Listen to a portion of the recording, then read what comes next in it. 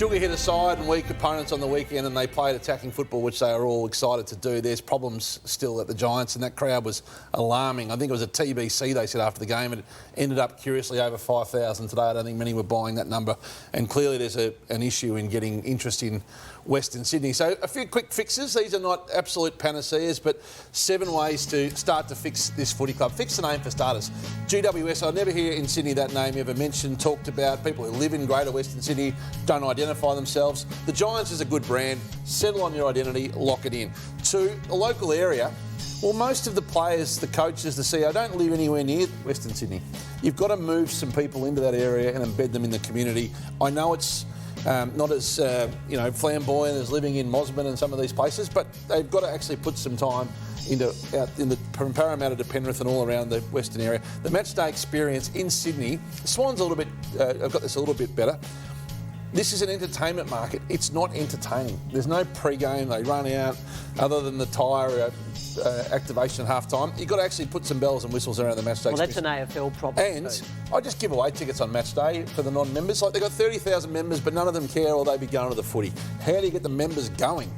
Trade 1 or 2 expensive mids. Now, the list build in recent years has been poor.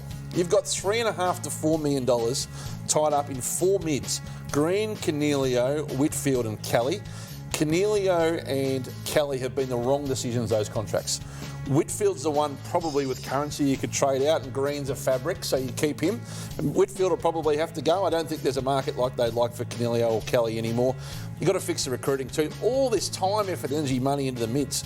There's 9 talls running around in other clubs at the moment. I mean, albeit Cameron's probably the only world beater among them, but they've got to get more money into the talls, draft them, keep them. Hopper, Taranto, Green, the kids are going to make decisions on pretty quick. No more role players. The Lockie Keefes, no disrespect.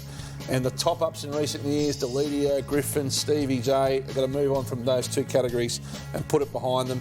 And then, a 5-year deal with a Hinkley or a Clarkson is the right move, but a contemporary senior assistant. They're hard to get, a Hansen or an Uze type, but a tactician who can support the first one, what name you giving? The Giants. The Giants, yep. That's it.